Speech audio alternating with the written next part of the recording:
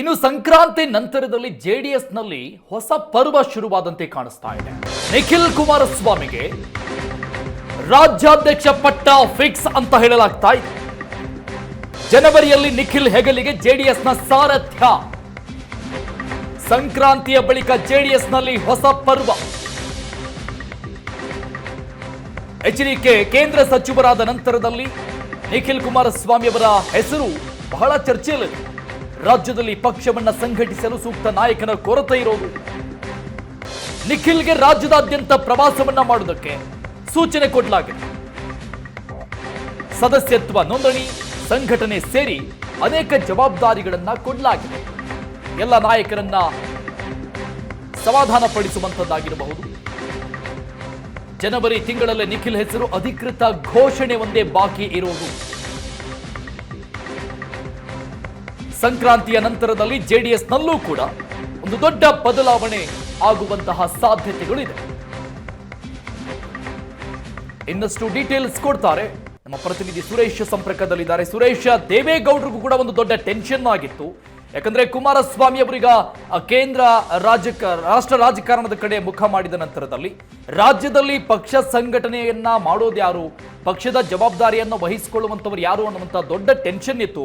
ಅದಕ್ಕೆ ಬೇರೆ ಆಪ್ಷನ್ನೇ ಇಲ್ಲ ಅನ್ನುವಂಥ ರೀತಿಯಲ್ಲಿ ನಿಖಿಲ್ ಕುಮಾರಸ್ವಾಮಿ ಅವರ ಹೆಸರು ಮಾತ್ರ ಕಾಣಿಸ್ತಾ ಇದೆ ಅಂತ ಕಾಣಿಸ್ತದೆ. ಅರುಣ್, ಹೌದು. ಈಗ ಕುಮಾರಸ್ವಾಮಿ ಅವರು ಕೇಂದ್ರ ಸಚಿವರಾಗಿ ಹೋದ ಬಳಿಕ ರಾಜ್ಯದಲ್ಲಿ ಜೆಡಿಎಸ್ ಪಕ್ಷವನ್ನ ಮುನ್ನಡೆಸೋದಕ್ಕೆ ಜೆಡಿಎಸ್ ಪಕ್ಷದ ಜವಾಬ್ದಾರಿಯನ್ನ ಯಾರ ಹೆಗಲಿಗೆ ವಹಿಸಬೇಕು ಅನ್ನುವಂತ ನಿಟ್ಟಿನಲ್ಲಿ ಒಂದಷ್ಟು ನಾಯಕರಲ್ಲೂ ಕೂಡ ಚರ್ಚೆಗಳು ಶುರುವಾಗಿತ್ತು. ಸದ್ಯಕ್ಕೆ ನಿಖಿಲ್ ಕುಮಾರಸ್ವಾಮಿ ಅವರಿಗೆ ಒಂದಷ್ಟು ಜವಾಬ್ದಾರಿಯನ್ನ ಕೊಟ್ಟು ರಾಜ್ಯಾದ್ಯಂತ ಪ್ರವಾಸ ಮಾಡಬೇಕು, ಪಕ್ಷವನ್ನ ಸಂಘಟನೆ ಮಾಡಬೇಕು ಅನ್ನುವಂತ ಹೊಣೆಯನ್ನ ಕುಮಾರಸ್ವಾಮಿ ಅವರು ವಹಿಸಿದ್ರು. ಚನ್ನಪಟ್ಟಣ ಚುನಾವಣೆಗೆ ಮೊದಲೇ ನಿಖಿಲ್ ಕುಮಾರಸ್ವಾಮಿ ಅವರನ್ನ ರಾಜ್ಯಾಧ್ಯಕ್ಷರನ್ನಾಗಿ ಮಾಡಬೇಕು ಅನ್ನುವಂತ ಚರ್ಚೆ ಇತ್ತು. ಆದ್ರೆ ಇದು ಚುನಾವಣೆಯ ಮೇಲೆ ವ್ಯತಿರಿಕ್ತ ಪರಿಣಾಮ ಬೀರ್ಬೋದು ಅನ್ನುವಂತ ಕಾರಣದಿಂದ ಅದನ್ನ ಮುಂದೂಡಲಾಗಿತ್ತು. ಇದೀಗ ಕಾಲ ಕೂಡಿ ಬಂದಿದೆ ಅಂತಾನೆ ಹೇಳ್ಬೋದು. ಸಂಕ್ರಾಂತಿಯ ಬಳಿಕ ನಿಖಿಲ್ ಕುಮಾರಸ್ವಾಮಿ ಅವರನ್ನ ಅಧಿಕೃತವಾಗಿ ಜೆಡಿಎಸ್ ಪಕ್ಷದ ರಾಜ್ಯಾಧ್ಯಕ್ಷರನ್ನಾಗಿ ಘೋಷಣೆ ಮಾಡುವಂತಹ ಎಲ್ಲ ಸಿದ್ಧತೆಗಳು ಈಗಾಗಲೇ ನಡೆದಿದೆ. ಸಂಕ್ರಾಂತಿಯ ಬಳಿಕ ರಾಜ್ಯದಲ್ಲಿ ಜೆಡಿಎಸ್ ಪಕ್ಷವನ್ನ ಮುನ್ನಡೆಸೋದಕ್ಕೆ ನಿಖಿಲ್ ಕುಮಾರಸ್ವಾಮಿ ಅವರಿಗೆ ಹೊಸದೊಂದು ಹೊಣೆಯನ್ನ ನೀಡುವಂತ ಸಾಧ್ಯತೆಗಳು ಕೂಡ ಇದೆ. ಪಕ್ಷಕ್ಕೆ ಯುವಕರನ್ನ ಸೆಳೆಯುವಂತ ನಿಟ್ಟಿನಲ್ಲಿ ನಿಖಿಲ್ ಕುಮಾರಸ್ವಾಮಿ ಒಂದು ಪ್ರಮುಖವಾದ ಪಾತ್ರವನ್ನ ನಿರ್ವಹಿಸ್ತಾರೆ. ಪಕ್ಷದಲ್ಲಿರುವಂತಹ ಹಲವಾರು ಯುವ ನಾಯಕರ ಇಲ್ಲಿ ಒಂದು ಒಳ್ಳೆಯ ಸಂಬಂಧವನ್ನು ಕೂಡ ನಿಖಿಲ್ ಕುಮಾರಸ್ವಾಮಿ ಅವರು ಇಟ್ಕೊಂಡಿದ್ದಾರೆ. ಹಾಗಾಗಿ ನಿಖಿಲ್ ಕುಮಾರಸ್ವಾಮಿ ಅವರಿಗೆ ಈ ಒಂದು ಜವಾಬ್ದಾರಿಯನ್ನ ಕೊಡಬೇಕು ಅನ್ನುವಂತಹ ಒಂದು ಚಿಂತನೆಗಳು ನಡೆದಿರುವಂತದ್ದು. ಆದ್ರೆ 3 ಚುನಾವಣೆಯನ್ನು ಸೋತಿರುವಂತಹ ನಿಖಿಲ್ ಕುಮಾರಸ್ವಾಮಿಗೆ ರಾಜ್ಯಾಧ್ಯಕ್ಷ ಹೊಣೆಯನ್ನ ನೀಡುವಂತದ್ದು ಎಷ್ಟು ಸೂಕ್ತ ಅನ್ನುವಂಥದ್ದು ಒಂದು. ಎರಡನೇದು, ಹಿರಿಯರ ಅಸಮಾಧಾನಕ್ಕೆ ಕೂಡ ಕಾರಣ ಆಗ್ಬೋದು ಅನ್ನುವಂತ ಆತಂಕಗಳು ಇದೆ. ಏನೇ ಆದ್ರೂ ಕೂಡ ಸದ್ಯಕ್ಕೆ ನಿಖಿಲ್ ಕುಮಾರಸ್ವಾಮಿ ಅವರ ಹೆಸರನ್ನ ಬಿಟ್ಟು ಬೇರೆ ಹೆಸರು ಸದ್ಯಕ್ಕೆ ರಾಜ್ಯಾಧ್ಯಕ್ಷರ ಒಂದು ಸ್ಥಾನಕ್ಕೆ ಸೂಕ್ತ ಅಲ್ಲ ಅನ್ನುವಂತ ಒಂದು ನಿರ್ಧಾರಕ್ಕೆ ಕೂಡ ನಾಯಕರು ತಂದಿರುವಂತದ್ದು. ಹಾಗಾಗಿ ಸಂಕ್ರಾಂತಿಯ ಬಳಿಕ ಬಹುತೇಕ ನಿಖಿಲ್ ಕುಮಾರಸ್ವಾಮಿ ಅವರನ್ನ ಜೆಡಿಎಸ್ ಪಕ್ಷದ ರಾಜ್ಯಾಧ್ಯಕ್ಷರನ್ನಾಗಿ ಮಾಡುವಂತಹ ಸಾಧ್ಯತೆಗಳು ಇದೆ. ಥ್ಯಾಂಕ್ ಯು ಸುರೇಶ್ ಡೀಟೇಲ್ಸ್ಗೆ. ಹೊಸ ವರ್ಷಕ್ಕೆ ಕೆಪಿಸಿಸಿಗೆ ಹೊಸ ಸಾರಥಿ ಬರ್ತಾರಾ? ಇಂಥದ್ದೊಂದು ಪ್ರಶ್ನೆ ಮೂಡ್ತಾ ಇದೆ. ಜನವರಿಯಲ್ಲಿ ಕೆಪಿಸಿಸಿ ಕುರ್ಚಿ ಬದಲಾವಣೆ ಫಿಕ್ಸ್ ಆಗುವಂತಹ ಸಾಧ್ಯತೆಗಳು ಹೆಚ್ಚಾಗಿದೆ. ಕಾಂಗ್ರೆಸ್ಗೆ ಹೊಸ ನಾಯಕತ್ವ ನೀಡಲಿದೆಯಾ ಕಾಂಗ್ರೆಸ್ ಹೈಕಮಾಂಡ್? ಆ ರೀತಿಯಾದಂತಹ ಚರ್ಚೆ ಮತ್ತೆ ಮುನ್ನೆಲೆಗೆ ಬಂದಿದೆ. ಕಾರ್ಯಕಾರಿಣಿ ತೀರ್ಮಾನದ ಬಳಿಕ ಹೊಸ ಚರ್ಚೆಯನ್ನು ಹುಟ್ಟುಹಾಕಿದೆ. ಕೆಪಿಸಿಸಿ ಅಧ್ಯಕ್ಷ ಸ್ಥಾನದಿಂದ ಡಿಕೆ ಶಿವಕುಮಾರ್ ಬದಲಾವಣೆ ಗ್ಯಾರಂಟಿ ಅನ್ನೋ ಮಾತುಗಳು ಕೇಳಿ ಬರ್ತಾ ಇದೆ. 2020 ಜುಲೈ 2ಕ್ಕೆ ಅಧ್ಯಕ್ಷರಾಗಿ ಕೆಪಿಸಿಸಿ ಅಧ್ಯಕ್ಷರಾಗಿ ಅಧಿಕಾರವನ್ನ ಸ್ವೀಕಾರ ಮಾಡಿದ್ರು ಡಿಕೆ ಶಿವಕುಮಾರ್. ಮೊನ್ನೆ ಆದಂತಹ ಕಾಂಗ್ರೆಸ್ ಕಾರ್ಯಕಾರಿಣಿ ಸಭೆಯ ನಂತರದಲ್ಲಿ ಬದಲಾವಣೆಯ ಚರ್ಚೆ ಆಗಿದೆ. ಈ ಒಂದು ಕಾರ್ಯಕಾರಿಣಿ ಸಭೆಯ ನಂತರದಲ್ಲಿ ಎಐಸಿಸಿ ಅಧ್ಯಕ್ಷ ಖರ್ಗೆ ಮಾತನಾಡಿದ್ರು. ಮಲ್ಲಿಕಾರ್ಜುನ ಖರ್ಗೆ ಅವರ ಮಾತಿನ ನಂತರದಲ್ಲಿ ಈ ಒಂದು ಚರ್ಚೆ ಬಹಳಷ್ಟು ಪುಷ್ಟಿಗಳನ್ನು ಪಡಿತಾ ಇದೆ. ಉದಯಪುರ ನಿರ್ಣಯ 100% ಜಾರಿ ಮಾಡುವುದಾಗಿ ಎಐಸಿಸಿ ಅಧ್ಯಕ್ಷ ಮಲ್ಲಿಕಾರ್ಜುನ ಖರ್ಗೆ ಘೋಷಣೆ ಮಾಡಿರೋದು. ಒನ್ ಮ್ಯಾನ್ ಒನ್ ಪೋಸ್ಟ್ ನಿರ್ಣಯ. ಉದಯಪುರ ನಿರ್ಣಯ ಅಂದ್ರೆ ಏನು ಅಂತ ನೋಡ್ತಾ ಹೋದ್ರೆ ಒನ್ ಮ್ಯಾನ್ ಒನ್ ಪೋಸ್ಟ್ ನಿರ್ಣಯವನ್ನ ತೆಗೆದುಕೊಳ್ಳಲಾಗಿದೆ. ಕಳೆದ ವರ್ಷ ರಾಜಸ್ಥಾನದಲ್ಲಿ ಉದಯಪುರದಲ್ಲಿ ನಡೆದಂತಹ ಸಭೆಯಲ್ಲಿ ಈ ಒಂದು ನಿರ್ಣಯವನ್ನ ತೆಗೆದುಕೊಳ್ಳಲಾಯಿತು ಕಾಂಗ್ರೆಸ್ ಪಕ್ಷದಿಂದ. 2025 ಈ ವರ್ಷ ಏನಿದೆ ಪಕ್ಷ ಪುನಶ್ಚೇತನದ ವರ್ಷ ಅಂತ ಘೋಷಣೆ ಮಾಡಲಾಯಿತು. ಈ ಒಂದು ಸಭೆಯಲ್ಲಿ ಹೊಸ ನಾಯಕತ್ವ ಬರಬೇಕು ಅಂತ ಖರ್ಗೆ ಮಾತನಾಡಿದ್ದಾರೆ.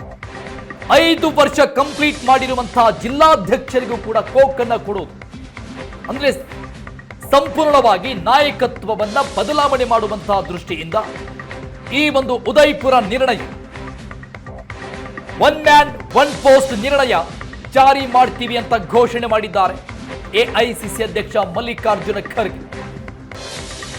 5 ವರ್ಷ ಕಂಪ್ಲೀಟ್ ಮಾಡಿರುವಂತಹ ಜಿಲ್ಲಾಧ್ಯಕ್ಷರಿಗೂ ಕೋಕ್. ಆ ಪ್ರಕಾರವಾಗಿ ಕೆಪಿಸಿಸಿ ಅಧ್ಯಕ್ಷ ಡಿಕೆ ಶಿವಕುಮಾರ್ ಅವರಿಗೆ ಕೋಕ್ ಕೊಡುವಂತಹ ಸಾಧ್ಯತೆಗಳು, 5 ವರ್ಷ ಪೂರೈಸಿದಂತ ಬ್ಲಾಕ್ ಬೂತ್ ಅಧ್ಯಕ್ಷರ ಬದಲಾವಣೆ, ಹೊಸ ನಾಯಕತ್ವಕ್ಕೆ ಅವಕಾಶ ಕೊಡೋದಕ್ಕೆ ಎಐಸಿಸಿ ಪ್ಲಾನ್ ಮಾಡಿ ನಾಯಕತ್ವ ಬದಲಾವಣೆಗೆ ಪೂರಕವಾದಂತಹ ವರಿಷ್ಠರ ಮಾತುಗಳೇನಿದೆ ಅದು ಈಗ ಚರ್ಚೆಯನ್ನ ಹುಟ್ಟು ಹಾಕ್ತಾ ಇದೆ. ಹಲವು ತಿಂಗಳಿಂದ ಒನ್ ಮ್ಯಾನ್ ಒನ್ ಪೋಸ್ಟ್ ಜಾರಿಗೆ ಒತ್ತಾಯಗಳು ಕೇಳಿ ಬರ್ತಾನೆ ಇದೆ. ಅಂದ್ರೆ ಒಬ್ಬ ನಾಯಕನಿಗೆ ಒಂದೇ ಪೋಸ್ಟ್ ಇರಬೇಕು ಅನ್ನುವಂತಹ ಘೋಷಣೆ. ಈ ಸಂಬಂಧಪಟ್ಟಂಗೆ ಇನ್ನಷ್ಟು ಡೀಟೇಲ್ಸ್ ಕೊಡ್ತಾರೆ ನಮ್ಮ ಪ್ರತಿನಿಧಿ ಮಾರುತೇಶ್ ಸಂಪರ್ಕದಲ್ಲಿದ್ದಾರೆ. ಮಾರುತೇಶ್, ಸ್ವತಃ ಮಲ್ಲಿಕಾರ್ಜುನ ಖರ್ಗೆ ಅವರು ಮಾತನಾಡಿರುವಂತದ್ದು ಅಂಡ್ ಉದಯಪುರ ನಿರ್ಣಯ ಕಳೆದ ವರ್ಷ ರಾಜಸ್ಥಾನದಲ್ಲಿ ತೆಗೆದುಕೊಂಡಂತಹ ಸಭೆಯಲ್ಲಿ ತೆಗೆದುಕೊಂಡಂತಹ ಈ ಒಂದು ನಿರ್ಧಾರ ಯಾವಾಗ ಜಾರಿಯಾಗುತ್ತೆ ಅಂತ ಕೆಲವೊಂದಿಷ್ಟು ಜನ ಕಾಯ್ತಾನೆ ಇದ್ದಾರೆ. ಒಂದಿಷ್ಟು ಒತ್ತಡಗಳು ಕೂಡ ಇದೆ. ಈ ಒನ್ ಮ್ಯಾನ್ ಒನ್ ಪೋಸ್ಟ್ ನಿರ್ಣಯ ಜಾರಿಗೆ ಬಂದ್ರೆ ಯಾವಾಗ ಬದಲಾವಣೆ ಆಗಬಹುದು ಡಿಕೆ ಶಿವಕುಮಾರ್? ಅರುಣ್, ಬಹಳ ಪ್ರಮುಖವಾಗಿ ಬೆಳಗಾವಿಯಲ್ಲಿ ಕಾಂಗ್ರೆಸ್ ಕಾರ್ಯಕಾರಿಣಿ ಸಭೆ ನಡೆದಂತ ಸಂದರ್ಭದಲ್ಲಿ ಮಲ್ಲಿಕಾರ್ಜುನ ಖರ್ಗೆ ಅವರು ಪ್ರಾಸ್ತಾವಿಕವಾಗಿ ಭಾಷಣ ಮಾಡುವಾಗ ಈ 2025 ಪಕ್ಷ ಪುನಶ್ಚೇತನಗೊಳಿಸುವಂತಹ ತೀರ್ಮಾನಗಳನ್ನ ತೆಗೆದುಕೊಳ್ಳುವಂತಹ ವರ್ಷ, ಖಾಲಿ ಇರುವಂತಹ ಹುದ್ದೆಗಳು ಎಲ್ಲವನ್ನೂ ಕೂಡ ಭರ್ತಿ ಮಾಡ್ತೀವಿ, ಜೊತೆಗೆ ಉದಯಪುರದ ನಿರ್ಣಯಗಳನ್ನ 100% ಈ ವರ್ಷ ಜಾರಿ ಮಾಡ್ತೀವಿ ಅನ್ನುವಂತ ಮಾತನ್ನ ಹೇಳಿದ್ರು. ಉದಯಪುರದಲ್ಲಿ ಆದಂತಹ ಪ್ರಮುಖ ರೆಸೊಲ್ಯೂಷನ್ ಏನು ಅಂದ್ರೆ ಒನ್ ಮ್ಯಾನ್ ಒನ್ ಪೋಸ್ಟ್ ಅನ್ನುವಂಥದ್ದು. ಇಡೀ ದೇಶಾದ್ಯಂತ ಯಾರೇ ಆಗಿರ್ಲಿ ಕಾಂಗ್ರೆಸ್ ಪಕ್ಷದಲ್ಲಿ ಒಬ್ಬರಿಗೆ ಒಂದು ಹುದ್ದೆಯ ಅಧಿಕಾರ ಮಾತ್ರ ಕೊಡಬೇಕು ಅನ್ನುವಂತಹ ನಿರ್ಣಯ ಉದಯಪುರದಲ್ಲಿ ಆಗಿತ್ತು. ಆದ್ರೆ ಅದನ್ನ ಇಂಪ್ಲಿಮೆಂಟ್ ಮಾಡುವಂತಹ ಸಂದರ್ಭದಲ್ಲಿ ಕಾಂಗ್ರೆಸ್ಗೆ ಸಾಧ್ಯ ಆಗಿರ್ಲಿಲ್ಲ. ಸೊ ಹಾಗಾಗಿ ಅದ್ರ ಬಗ್ಗೆ ಸಾಕಷ್ಟು ಆಕ್ಷೇಪಗಳು ಕೂಡ ವ್ಯಕ್ತವಾಗಿತ್ತು. ಸೊ ಈಗ ಡಿ ಕೆ ಶಿವಕುಮಾರ್ ಅವರು ಕೆಪಿಸಿಸಿ ಅಧ್ಯಕ್ಷರಾಗಿದ್ದಾರೆ, ಸರ್ಕಾರದಲ್ಲಿ ಡಿಸಿಎಂ ಆಗಿದ್ದಾರೆ, 2 ಪ್ರಮುಖ ಇಲಾಖೆಯ ಸಚಿವರು ಕೂಡ ಆಗಿದ್ದಾರೆ. ಹೀಗಾಗಿ ಒನ್ ಮ್ಯಾನ್ ಒನ್ ಪೋಸ್ಟ್ ಅನ್ನ ಜಾರಿಗೊಳಿಸಬೇಕು ಅನ್ನುವಂತಹ ಒತ್ತಾಯ ಕೂಡ ಸಾಕಷ್ಟು ಇತ್ತು.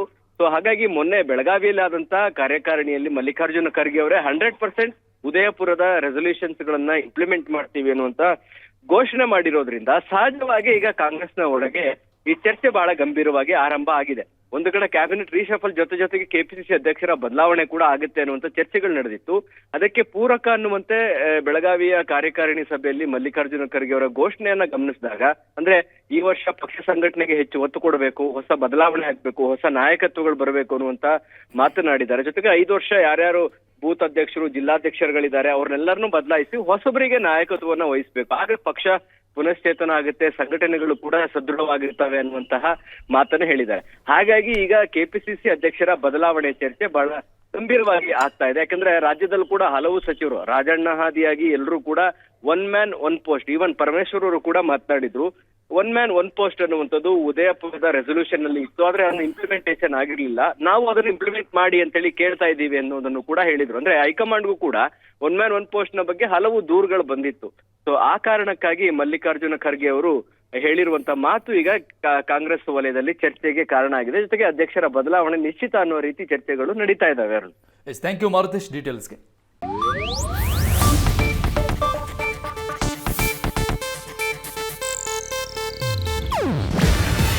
ಇದು ಏಷ್ಯಾನೆಟ್ ನ್ಯೂಸ್ ನೆಟ್ವರ್ಕ್ ಪ್ರಸ್ತುತಿ. ನೀವು ನೋಡ್ತಿದ್ದೀರಾ ಏಷ್ಯಾನೆಟ್ ಸುವರ್ಣ ನ್ಯೂಸ್.